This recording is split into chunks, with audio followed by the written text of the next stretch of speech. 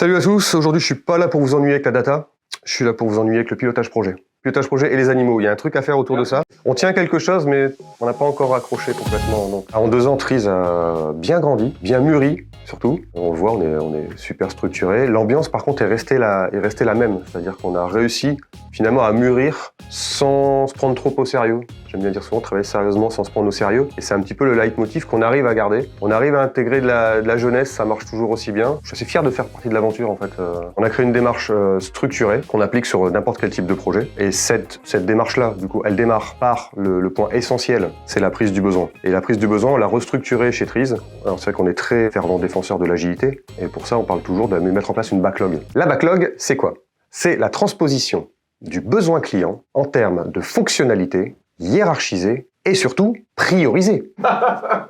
Ah voilà, on a un travail en étroite collaboration avec le client. Dès le départ, forcément, ça met sur les bons rails de projet. Suite à ça, le déroulement du projet, évidemment, j'en démords pas, les méthodes agiles toujours. Donc on a mis en place tous les rituels nécessaires, notamment les fameux daily, dont on parle souvent. Aujourd'hui, je fais les daily avec toutes les équipes que je pilote. Autre point essentiel, on impose aux clients des rituels aussi. Et on installe des comités de pilotage aussi, réguliers. Et on veut éviter ce fameux effet tunnel ou l'effet sous-marin plutôt, où on part en sous-marin, on développe, et puis un jour on remonte et on dit « ça y est, on a fini ». Et là, on découvre que c'était pas du tout ce qui était prévu. Ce qu'on a aussi mis en place, c'est de la rigueur sur la phase finale du projet. Il y a parfois des écueils en fin de projet. C'est fini tout ça aujourd'hui. Cette récurrence, on va dire, dans les rituels, qui va te permettre de suivre le projet, éviter les dérives, se rendre compte qu'on visait un point A et finalement on va aller plutôt sur le point B, mais en accord avec le client, parce que quand on fait ça au fur et à mesure, on peut encore s'autoriser à changer. Quand on a cramé tout le budget et qu'on se rend compte à la fin que c'est pas bon, bah c'est pas bon pour personne en fait. C'est ni bon pour nous ni pour le client.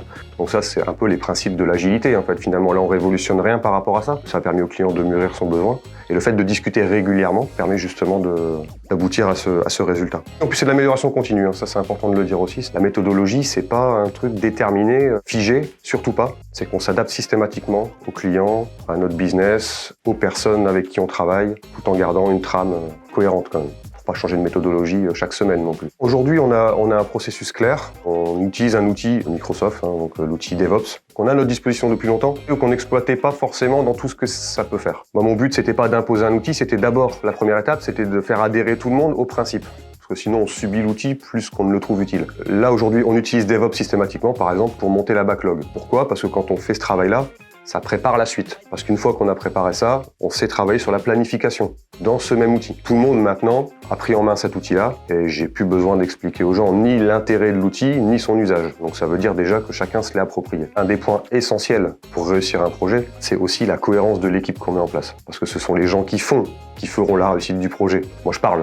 Beaucoup. Eux, ils font. Il faut qu'on crée un ensemble cohérent. Il faut les bonnes compétences. Toujours un lead dans un projet, un lead technique, j'entends. Et puis ensuite, des développeurs plus ou moins expérimentés, mais tant que l'ensemble est cohérent, ça tourne. On peut intégrer tout le monde, junior, senior, du moment que c'est bien cohérent l'ensemble. Et c'est à ça aussi qu'on veille aujourd'hui chez Trees, c'est à toujours créer une équipe cohérente pour assurer la réussite du projet. Parce que toute la méthodologie du monde ne n'aidera pas à la réussite d'un projet si on n'a pas créé la bonne équipe. Le qui fait quoi, c'est vrai que c'est un élément essentiel de la gestion de projet. Au lancement des projets, on a pris l'habitude de créer ce rituel qui s'appelle le kick-off et on en profite pour, dès ce moment-là, dès ce rituel-là, bien définir qui fait quoi. Notre nouvelle étape chez Trees, pour assurer une continuité dans la gestion de projet, c'est de faire monter en compétence d'autres personnes. Pour ça, on a la Trees Academy, qui va permettre d'avoir un pool de personnes, 5-6 personnes supplémentaires, à qui je vais donner finalement les bases de pilotage projet. Dans la réussite, il y a 50%, c'est soi, c'est la personnalité aussi qui joue. Je ne veux pas trop agir là-dessus. Par contre, les personnes ont été sélectionnées pour leurs capacités, qui ne sont pas toutes les mêmes. Chacun a des petits traits de caractère qui va le rendre pertinent en fait sur la gestion de projet. Dans la data,